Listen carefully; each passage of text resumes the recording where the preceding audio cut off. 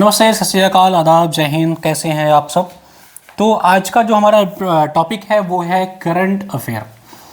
तो current affair की class शुरू करने से पहले मैं आपको स्ट्रेटजी बताऊंगा, थोड़ी 2-3 मिनट की बातें सुनिएगा। फिर उसके बाद हम लोग डिस्कस करेंगे कि आपका जो एग्ज़ाम अप्रैल में है यूपी एचएससी के लिए कितने करंट अफेयर पढ़ने हैं, कैसे पढ़ने हैं। उसके पहले मैं आपको बता दूं, अगर आप यूपी एचएससी की तैयारी कर रहे हैं, आपको अप्रैल में एग्ज़ाम देना है, जीएस आपका वीक पोर्शन है या जीएस में आपको डर लगता है, तो assistant professor GS super 50 batch से आप जुड़ जाइए, जिसमें आपको live recorded classes, practice session, PDF note, test, सब कुछ एक बैच में बहुत ही मिनिमम प्राइस में मिल जाएगा।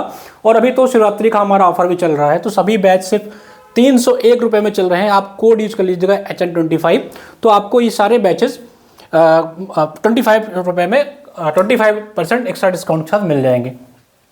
ठीक है, चलिए पहला क्वेश्चन करने से पहले मैं आपको थोड़ा स्ट्रेटेजी पर डिस्कस करूंगा कि करंट अफेयर एक्चुअली में हमको करना क्या है और कैसे पढ़ना है। इस बात को आप समझिए, क्योंकि एग्जाम के लिए बहुत जरूरी है।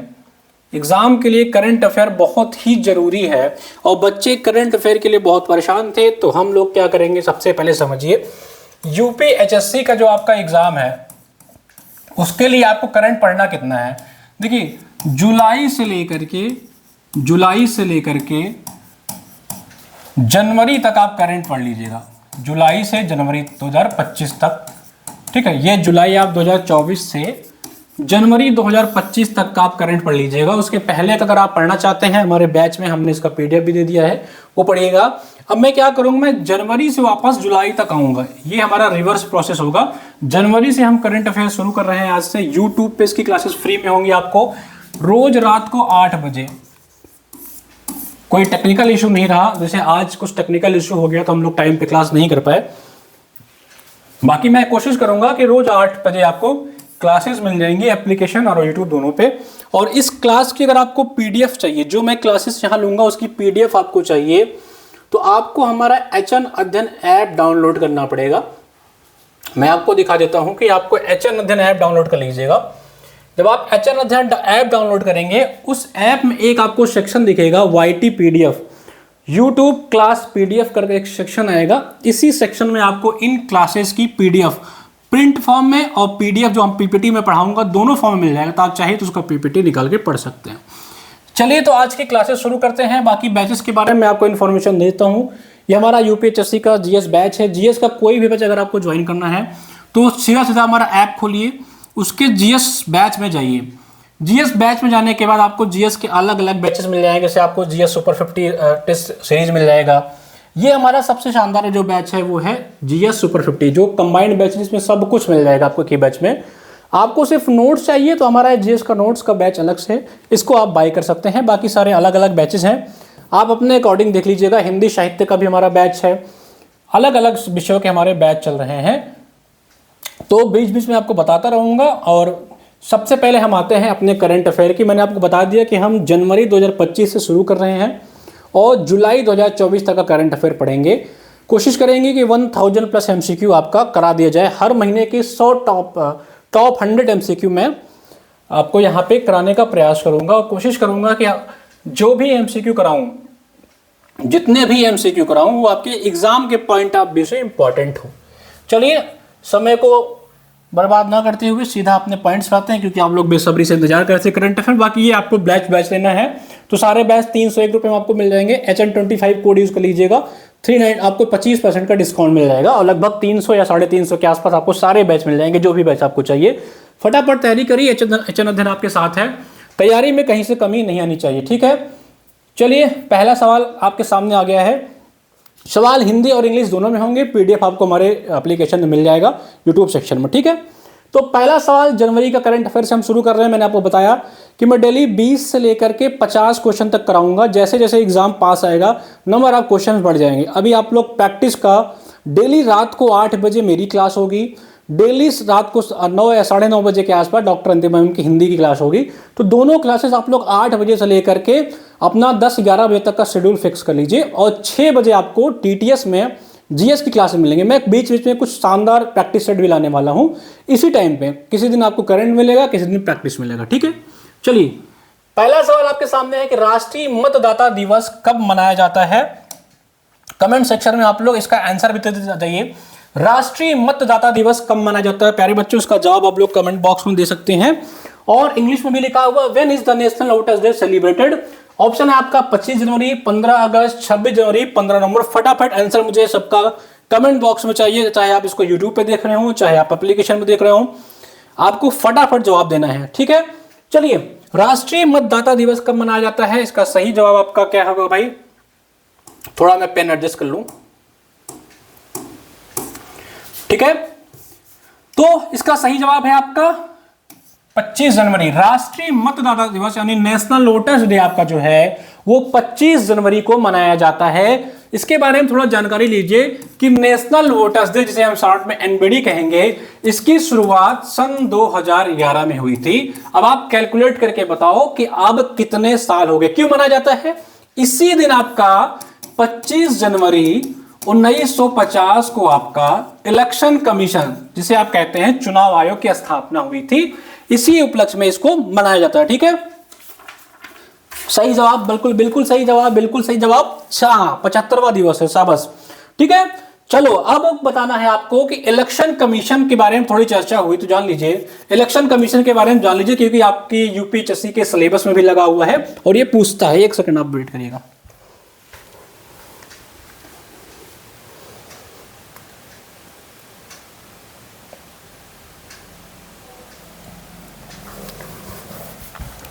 ठीक है, तो इलेक्शन कमीशन आपके सिलेबस में लगा हुआ, आपको बताना है कि किस आर्टिकल में इलेक्शन कमीशन के बारे में बताया गया। फटाफट जवाब दीजिए, किस आर्टिकल में बताया गया। शाबाश, बहुत अच्छा जवाब, आर्टिकल 324। एक और आर्टिकल इंपॉर्टेंट है, वो है आर्टिकल 326, जिसमें राइट टू वोट है, आरटीवी, राइट टू वोट, यानी कि मत देने का अधिकार जो है वो आर्टिकल 326 में है। इतना बात आप याद रखिएगा, ठीक है। चलिए अगले क्वेश्चन पे आते हैं। और कोई जानकारी? हाँ भाई, इलेक्शन कमीशन में आपके कुल कितने बॉडी होते हैं? इलेक्शन कमीशन में कुल 3 पर्सन होते हैं।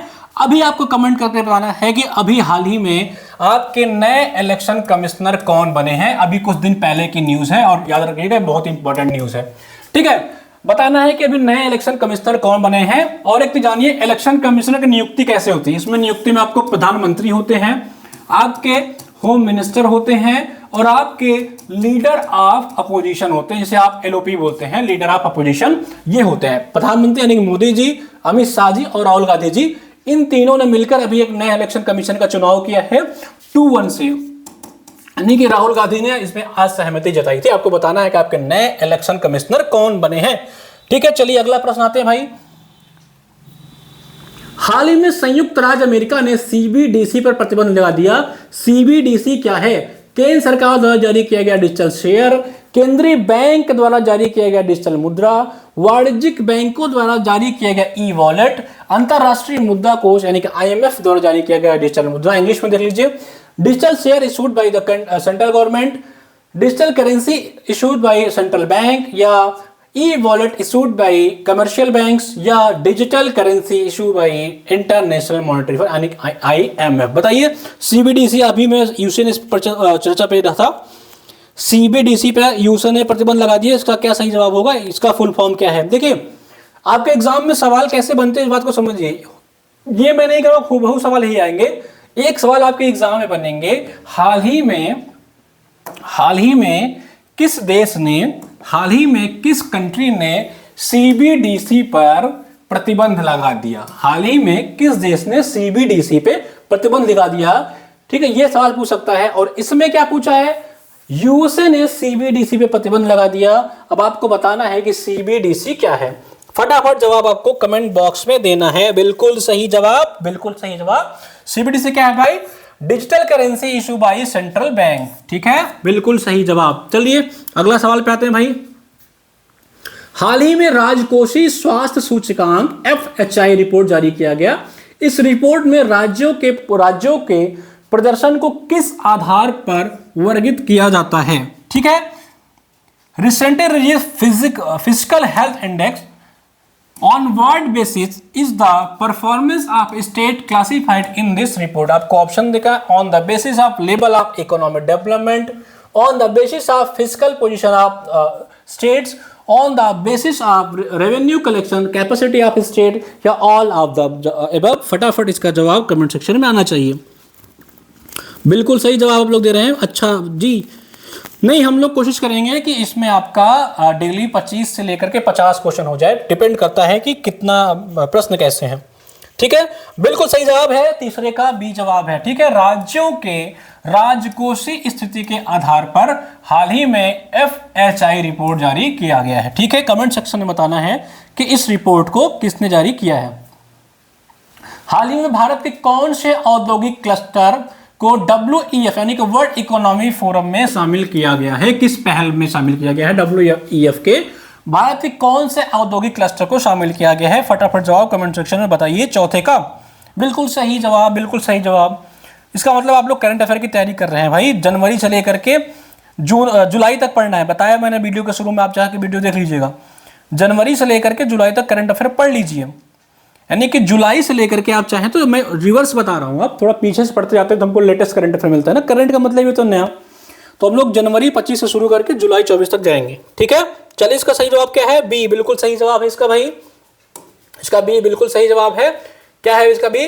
गोपालपुर, काकीनाडा, मुंबई, केरल हाइड्रोजन वैली और मुंद्रा। ठीक है, ये आपका मुंद्रा कहाँ है? गुजरात में है। ठीक है, काकीनाडा को कमेंट करके बताना कहां पे है, और गोपालपुर कहां पर? गोपालपुर जो है आपका उड़ीसा में है, और काकीनाडा बताइए कहां पे है। ऑप्शन में दे रहा हूं, वेस्ट बंगाल या उड़ीसा, इन दोनों में से एक जगह पे है, कमेंट करके बताइए, या तेलंगाना। ठीक है, 3 ऑप्शन है। चलिए अगला सवाल देखते हैं। हाल ही में चर्चा में रहा किस्वा क्या है? किस्वा हाल ही में चर्चा में रहा था, ये क्या है? फटाफट कमेंट बताइए, हाल ही में चर्चा में रहा किस्वा क्या है? फटाफट जवाब आने से भाई बहुत समय मत लगाइए, करंट अफेयर फटाफट करो यार। मैं जितना कम समय लगाओगे उतना ज्यादा पढ़ा पाएंगे, इस बात को समझिए। ठीक है, हाल ही में चर्चा में रहा किस्वा क्या है? फटाफट कमेंट सेक्शन में बताइए। ठीक है, बिल्कुल सही जवाब है। जो किस्वा है ये मक्का में काबा को ढकने वाला कपड़ा है। मक्का मदीना का नाम आपने सुना होगा, तो वहां पे काबा को ढकने वाला एक कपड़ा था जो हाल ही में चर्चा में रहा था। इसको पूछ सकता है। ठीक है, चलिए अगला सवाल देखते हैं। हाल ही में चर्चा में राष्ट्रीय आदिवासी स्वास्थ्य सम्मेलन का आयोजन किस मंत्रालय द्वारा किया गया? ठीक है, recently the national tribal health conference was organized by which ministry? Option आपका गृह मंत्रालय, यानी कि home ministry, ministry of education, ministry of tribal affair या ministry of health and family welfare. प्रश्न नंबर 6 का जवाब फटाफट आपके सामने आ रहा है। जी बिल्कुल बिल्कुल बिल्कुल सही जवाब। 6वें का जवाब जो है वो सी है। ठीक है, आदिवासी कार्य मंत्रालय। चलिए अगला सवाल देखते हैं। अगला क्वेश्चन है, ई कॉमर्स क्षेत्र में उपभोक्ता संरक्षण को बढ़ावा देने के लिए भारत सरकार द्वारा शुरू की गई पहलों में से कौन सा नहीं है? Which is not one of the initiative launched by Government of India to promote consumer protection in e-commerce section? ठीक है, चलिए हाल ही में चर्चा में रहे ई कॉमर्स के क्षेत्र में उपभोक्ता को संरक्षण के बढ़ावा देने के भारत सरकार द्वारा शुरू की गई पहलों में से कौन सी नहीं है? डिजिटल इंडिया कार्यक्रम, जीएसटी ढांचा, सरकारी ई मार्केट प्लेस जिसे गवर्नमेंट ई मार्केट प्लेस भी कहते हैं, या open network for digital commerce ONDC। बताइए फटाफट, इसका जवाब आपके सामने आना चाहिए। 7वां का आंसर भाई, 7वां नंबर जी, 7वां का फटाफट आप आंसर बताइए। ठीक है, चलिए 7वां का आंसर आपके सामने आना चाहिए फटाफट। बिल्कुल बिल्कुल बिल्कुल, हाँ सही, बिल्कुल सही जवाब दे रहे हैं भाई। ठीक है, चलिए तो इसका सही जवाब क्या है 7वें का? कि ई कॉमर्स क्षेत्र में उपभोक्ता संरक्षण को बढ़ावा देने के लिए कौन सा सही नहीं है? तो इसका सही जवाब है आपका डी, यानी कि open market digital commerce ONDC। ठीक है, चलिए डिजिटल इंडिया कार्यक्रम बारे हम जानते हैं। डिजिटल इंडिया कार्यक्रम जो शुरुआत है वो 1 जुलाई 2015 को हुआ था, याद रखिएगा, पूछ सकता है। जीएसटी ढांचा जो है वो आपका 1 जुलाई 2017 का हुआ था। एक और चीज नोट कर लीजिए, जीएसटी का जो कॉन्स्टिट्यूशन अमेंडमेंट एक्ट आया था वो 101। ठीक है, इस बात को याद रखिए, एग्जाम में पूछता है। चलिए अगला सवाल बताइए। भारत में 5G सब्सक्राइबर की संख्या, भारत में 5G सब्सक्राइबर की संख्या विश्व में किस स्थान पे है? ठीक है, 5G सब्सक्राइबर्स जो हैं भारत में विश्व में किस स्थान पे पहुंच गया है? अच्छा सवाल है। ठीक है, साइंस एंड टेक का सवाल आपके सिलेबस में मेंशन है तो पूछ सकता है। ठीक है, तो इसका सही जवाब है आपका सेकंड। ठीक है, भारत में 5G लगभग 270 मिलियन लोग इस समय भारत में 5G यूज कर रहे हैं। इस बात को समझ के चलिए, 270 मिलियन भाई, बिल्कुल सही जवाब है आपका, सेकंड ही है। चलिए अगला क्वेश्चन आते हैं। अगले, भारत में जूट उत्पादन में प्रमुख राज्य कौन सा है? करेंट में चर्चा में रहा था, बताइए फटाफट। जूट उत्पादन, फटाफट बताइए आंसर इसका। जूट उत्पादन में भारत में प्रथम राज्य कौन है भाई? ठीक है, जूट में प्रथम कौन है? बिल्कुल सही जवाब, बिल्कुल सही जवाब जी, पश्चिम बंगाल। जूट के उत्पादन में पश्चिम बंगाल जो है भारत में वो टॉप पे है। ठीक है, और देखिए विश्व में अगर पूछे तो विश्व में कौन है भाई? विश्व में सबसे ज्यादा भारत है, इंडिया है, फिर आपका कौन है भाई? भारत के बाद बांग्लादेश है। कौन है आपका? बांग्लादेश। याद रखिएगा, ये इंपॉर्टेंट सवाल है, पूछता है एग्जाम में। ठीक है, चलिए अगला सवाल देखिए। अगले सवाल पे आते हैं। हाल ही में रहे मन्नान समुदाय मुख्य रूप से किस राज्य में निवास करता है? हाल ही में चर्चा में रहा था मन्नान कम्युनिटी। आपको बताना है कि ये किस राज्य से संबंधित है। ठीक है, मन्नान, बताओ फटाफट जवाब दो। ऑप्शन है आपका केरल, मध्य प्रदेश, असम, राजस्थान। मन्नान समुदाय किस राज्य में निवास करता है? फटाफट इसका सही जवाब बताइए भाई। बिल्कुल बिल्कुल बिल्कुल कमेंट सेक्शन में। तो मन्नान जो समुदाय है आपका, ये आपके केरल राज्य में है। ठीक है, चलिए अगला सवाल बताइए, फटाफट बताइए। जी बिल्कुल सही, बिल्कुल सही, हाँ बिल्कुल सही जवाब है आपका। चलिए ठीक है, चलिए अगला। चलिए कुछ मैं आपको बता देता हूँ कि देखिए, एक मध्य प्रदेश में आपको पता है एक नेशनल पार्क जान लीजिए। मध्य प्रदेश में एक कान्हा नेशनल पार्क है। ठीक है, असम में एक नेशनल पार्क आपका ओरंग है, याद रखिएगा। चलिए बताइए आपका कहाँ पे है ओरंग? ठीक है, राजस्थान में नेशनल पार्क आपको पता है, बहुत सारे नेशनल पार्क राजस्थान में। अभी हाल ही में एक नया नेशनल पार्क जो है वो राजस्थान में जुड़ा है, उसका नाम आपको कमेंट सेक्शन में बताना है। चलिए अगला क्वेश्चन आते हैं। भारत और सिंगापुर के बीच कौन सी प्रमुख नौसेना अभ्यास आयोजित की जाती है? ठीक है, ऑप्शन आपका वज्र प्रहार, सिम्बेक्स, गरुड़ शक्ति, पराक्रम।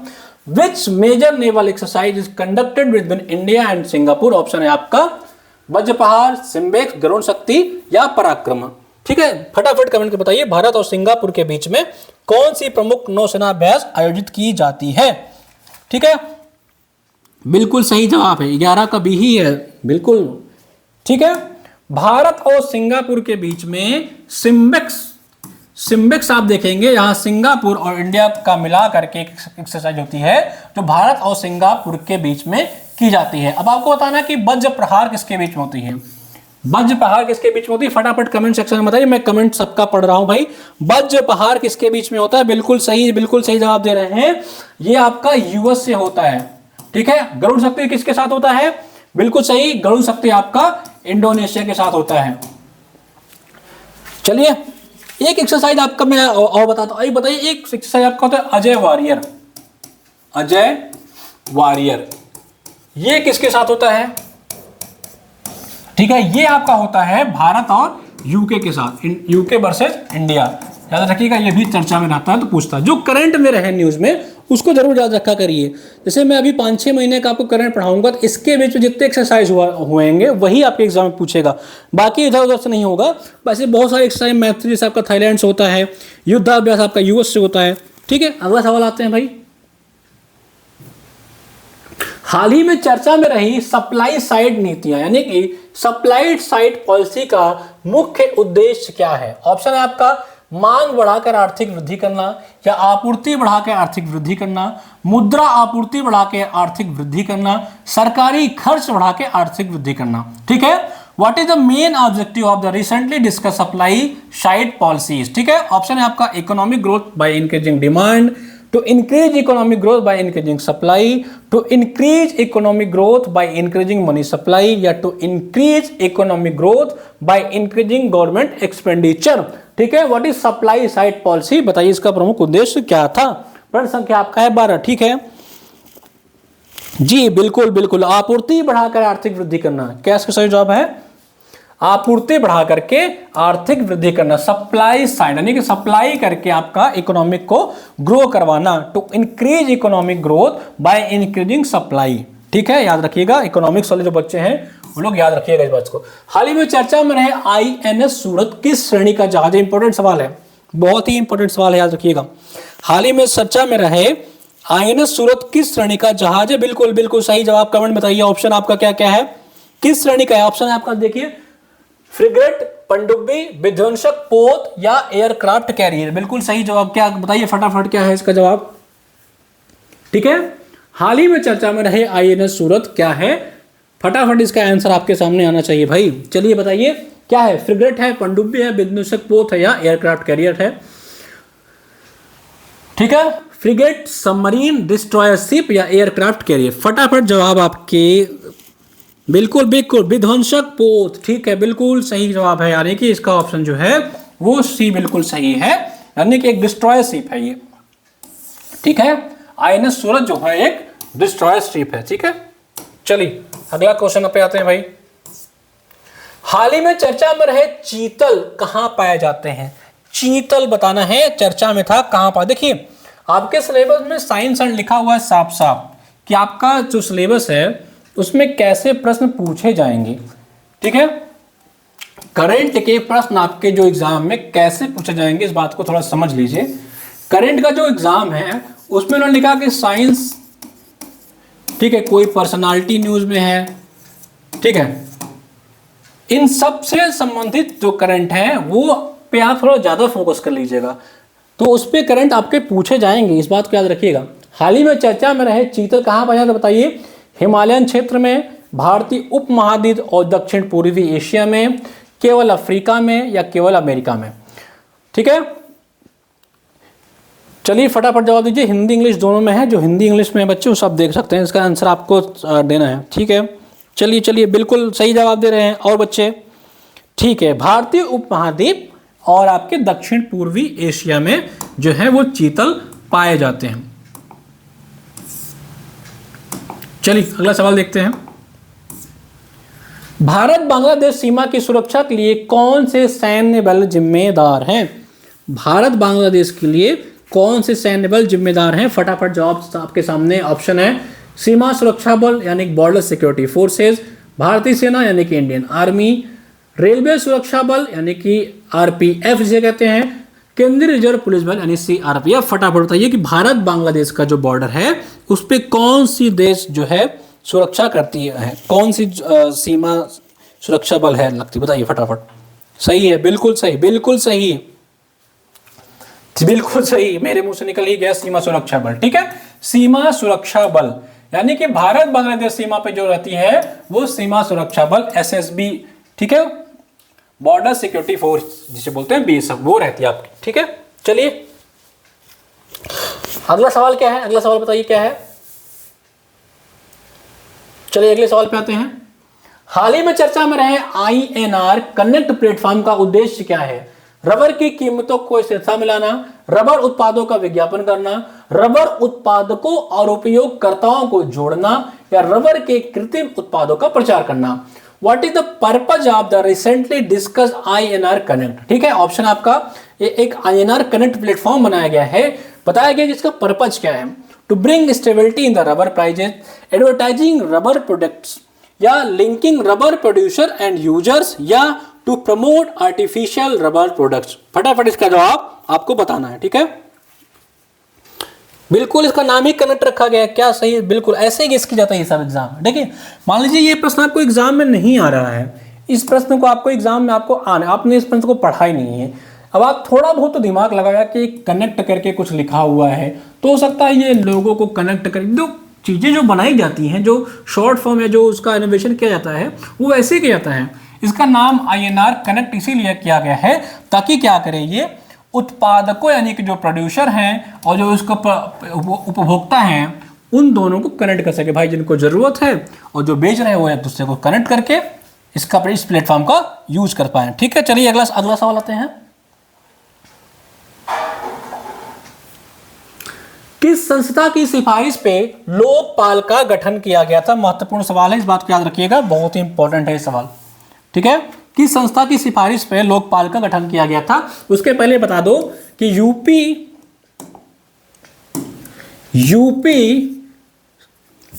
उत्तर प्रदेश यानी उत्तर प्रदेश दिवस कब मनाया जाता है? ठीक है, ये आप बता दो कि यूपी का उत्तर प्रदेश का दिवस कब मनाया जाता है। साथ साथ ये बताओ किस संस्था की सिफारिश पर लोकपाल का गठन किया गया था? On the recommendation of which institution was Lokpal form? ठीक है, बताइए फटाफट बताइए, लोकपाल का गठन किसकी सिफारिश पे किया गया था भाई? बिल्कुल सही, ठीक है, बिल्कुल सही। उत्तर प्रदेश दिवस जो आपका है वो 24 जनवरी को मनाया जाता है, ये कब से शुरू हुआ था भाई? 2018 से शुरू किया गया था यूपी दिवस, याद रखिएगा। चलिए बताइए इसका जवाब बताइए, किस संस्था की सिफारिश पर लोकपाल का गठन किया गया था? ठीक है, फटाफट आंसर बताइए, फटाफट बताइए। बिल्कुल सही, प्रथम प्रशासनिक सुधार आयोग यानी कि फर्स्ट एआरसी जो थी आपकी, उसने लोकपाल के गठन के लिए सुझाव किया था। ठीक है, फर्स्ट एडमिनिस्ट्रेटिव रिफॉर्म कमीशन यानी कि जो एआरसी कमेटी थी प्रथम, उसने लोकपाल का सिफारिश किया था। ठीक है, लोकपाल के बारे में थोड़ा सा जान लीजिए, ये इंपॉर्टेंट है आपका, जो एग्जाम में सवाल पूछता है। लोकपाल के बारे में यहाँ पे एलपी लिख रहा हूं। लोकपाल का जो प्रथम बार इसका गठन हुआ था, फर्स्ट टाइम जो इसका गठन हुआ था, वो आपका 1968 में हुआ था। कब हुआ था भाई? 1968 में। एक जो आपसे एग्जाम में पूछता है कि इसमें कौन सी लोकसभा चल रही थी, तो वो चौथी लोकसभा चल रही थी। इंपॉर्टेंट प्रश्न है, आपके एग्जाम में ये पूछता है। ठीक है, बिल्कुल बिल्कुल, जी जी हाँ, ठीक है, हाँ यही मैं बता रहा हूं। इसका जो एक्ट आया था, जो लोकपाल का आपका एक्ट आया था, वो सन 2013 में आया था, और जब ये लागू हुआ था, ये 2014 में लागू किया गया था। ठीक है, चलिए, पिनाकी घोष, बिल्कुल सही जवाब, बिल्कुल सही जवाब। पिनाकी घोष जो थे वो फर्स्ट टाइम आपके लोकपाल थे। ठीक है, चलिए अगला सवाल पे चला जाए भाई, अगला सवाल चले। ठीक है, बिल्कुल, चलिए। दक्षिण कोरिया में हाल ही में हुए राजनीतिक संकट का मुख्य कारण क्या था? दक्षिण कोरिया के आपके पता है, साउथ कोरिया की कैपिटल आपकी सियोल है। अभी यहाँ पे एक पॉलिटिकल क्राइसिस आ गया था, आपको बताना है कि उसका मेन कारण क्या था। जो साउथ अफ्रीका में अभी पॉलिटिकल क्राइसिस हुए थे, उसका मेन कॉज क्या था? बताइए भाई, क्या है इसका मेन कॉज? ये मैं एक बात आप समझिए, यूपीएचएससी का एग्जाम अगर आप देने जा रहे हैं तो इस बार थोड़ा अच्छे स्तर के प्रश्नों के साथ जाइएगा। आपका विषय चाहे जो हो, आपका विषय history, geography, polity, economy, science, environment, जिससे भी आप पेपर देने जा रहे हैं, थोड़ा बेहतरीन लेवल की तैयारी के साथ जाइएगा, डीप नॉलेज के साथ जाइएगा। वन लाइनर प्रश्न पढ़ के मत जाइएगा कि एक लाइन में क्वेश्चन पूछा, आपने उसका आंसर टिक कर दिया। ये मैं आपको आगाह कर दे रहा हूँ कि प्रश्न अच्छे लेवल के बनने जा रहे हैं, क्योंकि कमेटी जो बनाई गई है वो अच्छे लेवल के प्रश्न पे चर्चा कर रही है। जो कमेटी बनी है आपकी यूपीएससी एग्जाम के लिए, वो बहुत ही हाई लेवल के प्रश्न आपसे पूछ सकती है। ठीक है, इस बात के लिए आप तैयार रहिएगा कि अच्छे स्तर की तैयारी कर लीजिएगा, अच्छे स्तर की तैयारी कर लीजिएगा भाई आप लोग।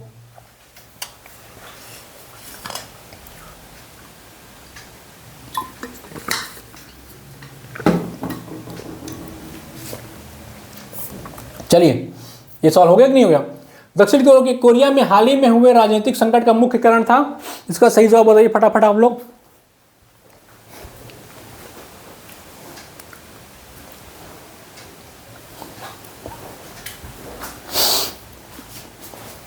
दक्षिण कोरिया में हाल ही में हुए राजनीतिक संकट का मुख्य कारण क्या था? प्रश्न नंबर 18 का सही जवाब बताइए।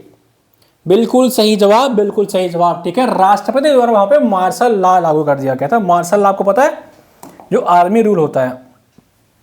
ठीक है, वहां पे मार्शल लॉ लागू कर दिया गया था दक्षिण कोरिया में, इसलिए वहां पे पॉलिटिकल क्राइसिस आया। अभी लेटेस्ट न्यूज ये है कि इन्होंने शायद इनके ऊपर इम्पीचमेंट भी ला दिया गया है और ये हटा दिए गए हैं। 2-3 दिन पहले की द हिंदू खबर थी। चलिए, नेशनल ब्रॉडबैंड मिशन 2.0 2030 का राष्ट्रीय औसत फिक्स ब्रॉडबैंड डाउनलोड गति को किस सीमा तक बढ़ाने का लक्ष्य है? जो आपका नेशनल ब्रॉडबैंड मिशन 2.0 है, याद रखिएगा एग्जाम में आपको क्वेश्चन रखा हुआ है, ये बहुत इंपॉर्टेंट सवाल है। नेशनल ब्रॉडबैंड मिशन 2.0 2030 तक राष्ट्रीय औसत फिक्स्ड ब्रॉडबैंड डाउनलोड की स्पीड जो है वो कितना लक्ष्य है? आपका ऑप्शन है 10 Mbps, 20 Mbps, 50 Mbps या कम से कम 100 Mbps। इंग्लिश वाले में देख लीजिएगा। National broadband mission 2.0 aims to increases the national average fixed broadband download speed by what extent by 2030। ठीक है, चलिए इसी पे एक बात 2030 से याद आया कि 2030 में आपका एक लक्ष्य है जिसे कहते हैं एसडीजी लक्ष्य। ठीक है, सस्टेनेबल डेवलपमेंट गोल। ये इसमें बहुत ही इंपॉर्टेंट है आपके एनवायरनमेंट के लिए भी। 17 लक्ष्य इसमें कुल है आपके। कुल कितने लक्ष्य इसमें टोटल? इसमें जो टारगेट है आपके दोस्त में, आपके टोटल टारगेट हैं वो आपके हैं 17। ठीक है, एसडीजी जो आपको कब तक पूरा करना है भाई, वो है 17। अब आपको कमेंट सेक्शन में बताना है कि एसडीजी 1, 2, और 3 में क्या क्या है? इंपॉर्टेंट सवाल है, ठीक है, इसको जरूर बताइएगा आप। चलिए इस सवाल का आंसर दीजिए। नेशनल ब्रॉडबैंड मिशन ने 2030 तक स्पीड कितनी टारगेट रखी है भाई? फटाफट बताइए। जी बिल्कुल, ना ना ना 20 नहीं है भाई, 20 बिल्कुल गलत जवाब है। बिल्कुल बिल्कुल 20 नहीं है, 20 तो बिल्कुल नहीं है। चलिए इधर के बच्चों को देख लेते हैं। नहीं 20 नहीं है जी, बिल्कुल ये 100 का टारगेट है। 2030 तक 100 Mbps का स्पीड लेने के लिए तैयार हो जाओ। अब देख लेना 2030 तक कौन सा जी आ जाएगा। अभी तो जल्दी चल रहा है ना आपका। चलिए अगले सवाल आते हैं। हाल ही में चर्चा में रहे रबर बोर्ड ऑफ इंडिया किस मंत्रालय के अधीन कार्य करता है? अभी हाल ही में एक बोर्ड चर्चा में रहा था जिसे आप टर्मरिक, वीको टर्मरिक नहीं, कॉस्मेटिक, ठीक है, एक हल्दी बोर्ड का गठन आपने सुना है? हल्दी बोर्ड का गठन किया गया है, ठीक है, हल्दी बोर्ड का गठन किया गया है हाल ही में। आपको बताना है किस मंत्रालय के अधीन रहा है। ये सवाल मैं आपसे पूछ रहा हूं, कमेंट सेक्शन में ढूंढ के बताइएगा। ये पूछ रहा है रबर बोर्ड ऑफ इंडिया किस मंत्रालय के अधीन कार्य करता है? फटाफट आपका इसका जवाब दीजिए। ऑप्शन है आपका कृषि और किसान कल्याण मंत्रालय, वाणिज्य और उद्योग मंत्रालय, पर्यावरण वन और जलवायु परिवर्तन मंत्रालय, या यह एक स्वायत्त बोर्ड है। ठीक है, ministry of agriculture farmers welfare, ministry of commerce and industry, ministry of environment forest climate changes, या it is an autonomous board. ठीक है, फटाफट जवाब दीजिए। चलिए फटाफट जवाब दीजिए। उसके पहले आपको बताना है कि Dudhwa national park, Dudhwa national park Uttar Pradesh के किस जिले में है? ठीक है, दुधवा नेशनल पार्क उत्तर प्रदेश के किस जिले में है? और एक सवाल आप बताना है कि ओडीओपी जो योजना है आपकी, वन डिस्ट्रिक्ट वन योजना प्लान, उत्तर प्रदेश सरकार ने किस देश से सीखा है, किस देश से लिया है? ठीक है, एक सवाल और बता दीजिए आप कि जो आपकी फाइनेंस मिनिस्ट्री होती है, जो आपका फाइनेंस मिनिस्टर होता है, हाल ही में आपकी जो फाइनेंस मिनिस्टर हैं निर्मला ताई जी, वो दूसरी महिला फाइनेंस मिनिस्टर हैं। तो आपको बताना है कि पहली फाइनेंस मिनिस्टर भारत की कौन थी। ये 3 क्वेश्चन का भी आप जवाब फटाफट दीजिए। चलिए, हाल ही में चर्चा में रबर बोर्ड ऑफ इंडिया किस मंत्रालय के तहत कार्य करता है? भाई फटाफट आंसर आपके कमेंट सेक्शन में आते रहना चाहिए। बिल्कुल सही जवाब है आपका ministry of commerce and industry, यानी कि इसका सही जवाब है बी। ठीक है, चलिए हमने ये क्वेश्चन पूछा है तो आपका जवाब भी देते हैं। दुधवा नेशनल पार्क कहाँ है आपका? दुधवा नेशनल पार्क आपका लखीमपुर में है, याद रखिएगा, बार बार सवाल एग्जाम में पूछता है ये। ओडीओपी योजना किस देश से भारत ने लिया है? तो ये आपका है जापान। ठीक है, जो आपकी प्रथम फाइनेंस मिनिस्टर थी ये आपकी थी इंदिरा गांधी। कौन थी भाई? इंदिरा गांधी, जो प्रथम महिला फाइनेंस मिनिस्टर थी। अब आपको बताना है कि स्वतंत्र भारत के प्रथम फाइनेंस मिनिस्टर कौन थे? कमेंट सेक्शन में बताइए। चलिए अगला सवाल देखते हैं। क्या था ये क्वेश्चन? था रबर। चलिए यहाँ पे थोड़ा एक फैक्ट और भी और कुछ ले ही लेते हैं, बोर्ड पूछ ही लिया है। रबर बोर्ड ऑफ इंडिया, ठीक है, इसी तरह भारत में 2-3 तरह के बोर्ड आप और हैं। एक आपका रबर जो बोर्ड है, रबर जो बोर्ड है ये आपका कहाँ पे है? ये आपके है कोट्टयम में। कहाँ पे है? कोट्टयम। कोट्टयम कहाँ में है आपका? केरल में। केरल में आपका रबर बोर्ड है। ठीक है, एक आपका टी बोर्ड है, टी बोर्ड है, ये आपका कहाँ पे है? कोलकाता में है। कहाँ पे पूछता है, याद रखिएगा, कोलकाता है, कलकत्ता जो कह लो, कहाँ? वेस्ट बंगाल में। एक आपका है तंबाकू है, टोबैको बोर्ड से कहते हैं, या तंबाकू, ये कहाँ पे आपका? ये आपका है आंध्र प्रदेश में। कहाँ पे है? आंध्र प्रदेश के गुंटूर जिले में। कहाँ पे? गुंटूर जिले में। याद रखिएगा, ये सवाल आपके एग्जाम में पूछता है। ठीक है, एक है आपका मसाला बोर्ड। कौन सा बोर्ड है? मसाला बोर्ड। दिख रहा है भाई? मसाला बोर्ड है, ये है आपका कोच्चि में। कोच्चि कहाँ पे है आपका भाई? कोच्चि। कोच्चि आपका है केरल में। तो इतना चीज़ याद रखिएगा, अगर ये सवाल आया है तो इतनी चीज़ें आपके एग्जाम में और पूछ सकता है। कितने सवाल सर कराएं? देखिए, मैं डेली 50 क्वेश्चन का टारगेट लेकर चल रहा हूँ। 50 दिन में लगभग मैं कोशिश करूँगा कि डेली 50 क्वेश्चन मैं आपको कराऊं, पर डे 50 क्वेश्चन मैं कराऊंगा, 50 MCQ पर डे। ठीक है, आज हो सकता है थोड़ा कम हो क्योंकि आज हमारी क्लासेस टेक्निकल कारणों से लेट हो गई हैं, तो आज हो सकता है कम कराएं, लेकिन मैं 50 क्वेश्चन की कोशिश करूंगा, मिनिमम 30 तो कराऊंगा ही कराऊंगा। चलिए अगला सवाल पे आते हैं भाई, ज़्यादा समय मत कराओ, खराब कराओ यार। हाल ही में रूस किस महाद्वीपीय बैलिस्टिक मिसाइल को तैनात करने की योजना बना रहा है? ये सवाल हो गया था, चलो ठीक है, बताइए रूस किस बैलिस्टिक मिसाइल को तैनात करने की योजना बना रहा है? क्वेश्चन नंबर 21 का जवाब दीजिए आप। ठीक है, क्या क्या ऑप्शन है? Topol M, RS Sarmat, Yars या वोल्गा 25 एपेक्स। ठीक है, बताइए फटाफट। Which continental ballistic missile is Russia planning to develop recently? फटाफट जवाब कमेंट सेक्शन में आते रहने चाहिए। बिल्कुल बिल्कुल बिल्कुल सही जवाब। ठीक है, चलिए ब्रह्मोस मिसाइल का नाम सुना है आपने? ब्रह्मोस मिसाइल का नाम सुना है?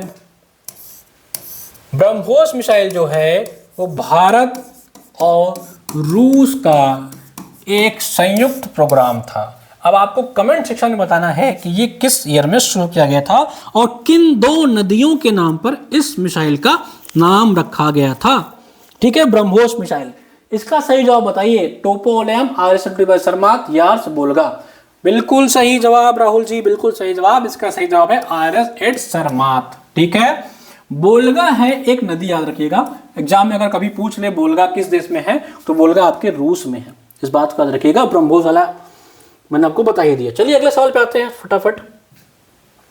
हाल ही में विश्व समुद्री प्रौद्योगिकी सम्मेलन WMTC यानी कि वर्ल्ड मैरीटाइम टेक्नोलॉजी कॉन्फ्रेंस कहां पे आयोजित किया गया? ऑप्शन है आपका मुंबई, चेन्नई, कोलकाता या गोवा।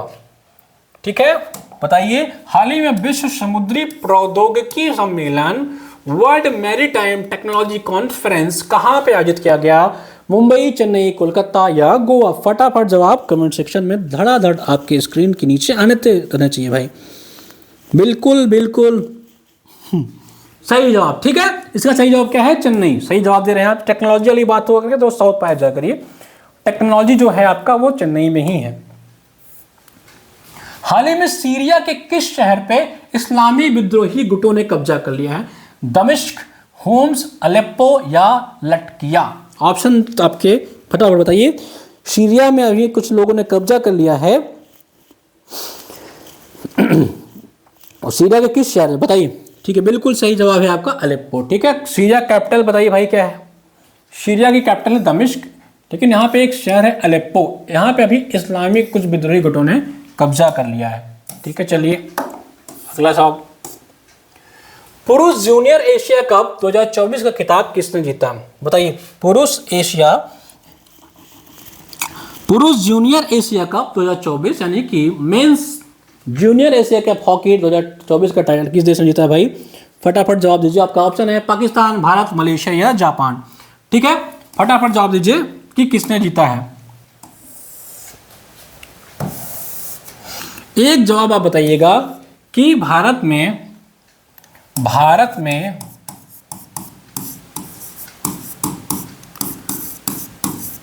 कुल कितने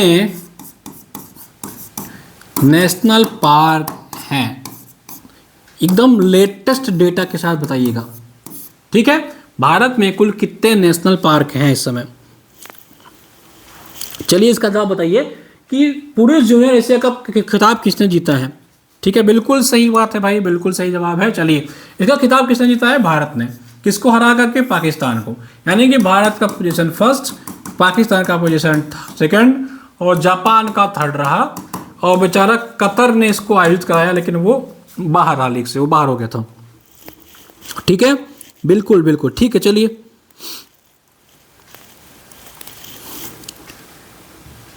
जी, सॉरी माफ करिएगा, ओमान ने कराया था। बिल्कुल नहीं सही कह रहे हैं आप, ओमान ने कराया था इसको, ओमान ने कराया था और कुल 10 टीमों ने भाग लिया था।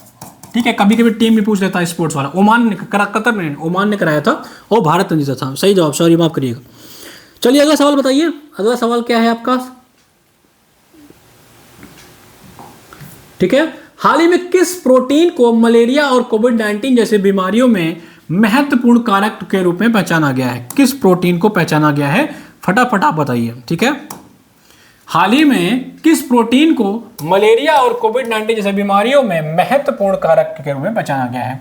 HIV protein, HSP protein, HB70 protein या इन्फ्लुएंजा प्रोटीन या antibody protein? Which protein has recently been identified as an important factor in disease like malaria and कोविड-19? ठीक है, फटाफट जवाब बताइए। चलिए फटाफट जवाब बताइए इसका भाई। बिल्कुल बिल्कुल बिल्कुल, 2 मिनट, 2 से ज़्यादा समय नहीं है भाई, 10 सेकंड के अंदर बताना है। बिल्कुल सही जवाब है HSP70 प्रोटीन ने हाल ही में इसको इंपॉर्टेंट फैक्टर है जो डिसीज का कारण है लाइक मलेरिया एंड कोविड-19। ठीक है, चलिए अगला सवाल देखते हैं। गूगल के नवीनतम क्वांटम प्रोसेसर का क्या नाम है? आपके एग्जाम में आ सकता है। हाल ही में गूगल ने एक लेटेस्ट क्वांटम टेक्नोलॉजी पे गूगल काम कर रहा है ना। What is the name of Google latest quantum processor? पूछेगा आपका क्या है, सीरो या सीरी जिसे बोलते हैं, एलेक्सा, विलो या कार्टाना? ठीक हो, फटाफट जवाब दीजिए। इसका सही जवाब है आपका विलो। बिल्कुल सही जवाब है भाई। चलो नहीं, फटाफट क्वेश्चन करेंगे, बहुत समय मत लगाओ। ठीक है, चलिए अगला सवाल पाइए। न्यू ग्लेन रॉकेट किस कंपनी द्वारा विकसित किया गया है? न्यू ग्लेन रॉकेट अभी चर्चा में रहा था, आपको बताना है किस कंपनी ने इसको विकसित किया है। ऑप्शन है आपका SpaceX, Blue Origin, Virgin Galactic, United Launch Alliance. ठीक है, फटाफट बताइए कि New Glenn rocket has been developed by which company? SpaceX, Blue Origin या वर्जिन गैलेक्टिक या यूनाइटेड लॉन्च अलायंस? ठीक है, फटाफट इसका जवाब दीजिए। बिल्कुल बिल्कुल, मैं ज़्यादा समय नहीं दूंगा, 10 सेकंड से ज़्यादा समय बिल्कुल भी नहीं है आपको, 10 सेकंड से ज़्यादा समय आपके पास बिल्कुल भी नहीं है। ठीक है, ठीक ठीक, बिल्कुल बिल्कुल बिल्कुल, चलिए सही बात है, ब्लू ओरिजिन। ठीक है, इसका सही जवाब है ब्लू ओरिजिन। चलिए चलिए कमेंट सेक्शन में एक बात बता ही दीजिए, अभी आपके डोनाल्ड ट्रंप साहब, अभी आपके डोनाल्ड जो आपके ट्रंप हैं, डोनाल्ड या ट्रंप ही कह लो, जो आपके ट्रंप साहब हैं, ये यूएसए के किस नंबर के प्रेसिडेंट बने हैं? याद रखिएगा, एग्जाम में आ सकता है, इंपॉर्टेंट सवाल है। भारत का सकल गैर निष्पादित अस्त GNP यानी कि ग्रॉस नॉन परफॉर्मिंग एसेट इस समय कितना हो गया है? ठीक है, इंपॉर्टेंट, बहुत इंपॉर्टेंट सवाल नहीं है, लेकिन कभी कभी टपका देते हैं ऐसे सवालों को। ठीक है, चलिए इसको मैं फटाफट बता देता हूँ, इसमें आप लोग शायद ही आंसर दे पाएं इसका। ठीक है, जो अभी रिसेंटली जो डेटा आया है उसके अनुसार भारत का जो नॉन परफॉर्मिंग एसेट है जो ग्रॉस, वो है 2.6%। ठीक है, चलिए अगला सवाल देखते हैं। तमु-लोसार किस समुदाय द्वारा मनाया जाता है? तमु-लोसार किस समुदाय द्वारा मनाया जाता है? एक त्योहार है तमु-लोसार, आपको बताना है किस समुदाय द्वारा मनाया जाता है। फटाफट जवाब दीजिए भाई, नहीं देंगे तो मेरा काम है आपको ज़्यादा से ज़्यादा क्वेश्चन का प्रैक्टिस कराना। तमु-लोसार, गुरुंग, थारू, भोटिया या गोंड? ठीक है, ठीक है,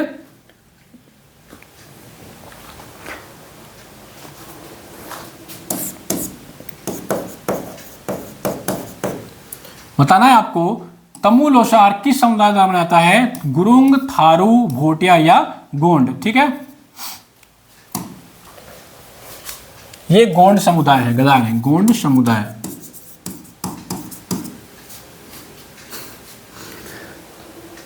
चलिए फटाफट इसका जवाब दीजिए भाई, बिल्कुल सही जवाब दे रहे हैं, ये इसका सही जवाब है गुरुंग। ठीक है, अब आपको बताना है कि कौन सा समुदाय जो है वो दिवाली को शोक की तरह मनाता है? दिवाली को शोक की तरह मनाता है, कौन सा समुदाय है जो दिवाली को शोक की तरह मनाता है? ठीक है, और बताना है कि भारत में सबसे बड़ी कम्युनिटी कौन सी है, समुदाय कौन सी है, और एक और बताना है कि उत्तर प्रदेश में सबसे बड़ा समुदाय कौन सा है। ठीक है, फटाफट जवाब दीजिए। इसका गुरुंग ही समुदाय है भाई, गोंड नहीं है। हाँ, गोंड मत चले जाना, गुरुंग है इसका। बिल्कुल, तमु-लोसार यही गुरुंग ही मनाता है। चलिए, तो दिवाली किसको मनाता है भाई? दिवाली त्योहार कौन सा समुदाय है दिवाली को शोक की तरह मनाता है? वो है आपका थारू। थारू जो समुदाय है वो दिवाली को शोक की तरह मनाता है। भारत में सबसे बड़ा जो समुदाय है वो है भील। ठीक है, बिल्कुल बिल्कुल बिल्कुल। और यूपी में जो सबसे बड़ा समुदाय है वो है थारू। चलिए अगला सवाल देख लेते हैं। वर्ल्ड बैंक की बिजनेस रेडी रिपोर्ट किसका मूल्यांकन करती है? वर्ल्ड बैंक की बिजनेस रेडी रिपोर्ट किसका मूल्यांकन करती है? ऑप्शन है आपका देश की व्यावसायिक शिक्षा प्रणाली का, या व्यावसायिक वातावरण और निवेश के माहौल का, या देश की व्यावसायिक ऐतिहासिक विरासत का, या इनमें से कोई नहीं। ठीक है, वर्ल्ड बैंक की जो बिजनेस रेडी रिपोर्ट है, देखिए एग्जाम में आपके सवाल बन सकता है कि बिजनेस रेडी रिपोर्ट हाल ही में किसने जारी किया, तो इसके लिए भी तैयार रहिएगा। तो कौन किया भाई? वर्ल्ड बैंक ने। अब पूछा है इसका मूल्यांकन करती है किस चीज का? बिल्कुल सही जवाब है। ठीक है, तो क्या करती है भाई ये वर्ल्ड बैंक? ये business environmental and investment climate जो आपका है, यानी कि किसी देश में बिजनेस करने का क्या एनवायरमेंट है, वहां बिजनेस करने का क्या प्रोसेस है, कितना अच्छा बिजनेस है, इस बेसिस पे ये काम करती है। ठीक है, चलिए बिल्कुल बिल्कुल ठीक है। आज 31 सवाल करते हैं। कल के सेशन में हम फिर 30 से 35 सवाल करेंगे और हम कोशिश करेंगे कि अपने नंबर ऑफ क्वेश्चन को बढ़ाते जाएं। ठीक है, नंबर ऑफ क्वेश्चन को हम बढ़ाते जाएंगे। और अभी तो बहुत ही सिंपल या यूं कह लीजिए कि जिस भी लेवल का प्रश्न हमने किया, देखिए आपको करना क्या है, जनवरी से लेकर के यानी कि जुलाई से लेकर के जनवरी तक का करंट पढ़ लेना है। बाकी अगर आप चाहें हमारे बैच से जुड़ना तो हमारे बैच से भी आप जुड़ सकते हैं। मैं रेगुलर कुछ ना कुछ क्लासेस आपको पढ़ाता रहूँगा। हमारी टीम आपको लगातार पढ़ाती रही है और पढ़ाती रहेगी। फ्री क्लासेस भी आपको यूट्यूब पे मिलता रहेगा। इस क्लास की पीडीएफ आपको हमारे एप्लीकेशन में मिल जाएगा। आपको क्या करना है, एच.एन.धन ऐप डाउनलोड कर लीजिए। यहाँ यूट्यूब क्लासेस पीडीएफ लिखा हुआ है, यहीं पे आपको ये पीडीएफ अभी इस क्लास के घंटे भर बाद या एक दिन के अंदर मिल जाएगा। पहले आप क्लास करिए। बाकी अगर आपको हमारे बैचेज चाहिए, हमारे बैचेज अवेलेबल हैं, आप चाहें तो बैच मंगा सकते हैं। हमारा असिस्टेंट प्रोफेसर का आप अगर मटेरियल ऑर्डर करना चाहते हैं तो बुक्स या नोट सेक्शन में जा करके आप हमारा ये हार्ड कॉपी भी अपने घर मंगा सकते हैं।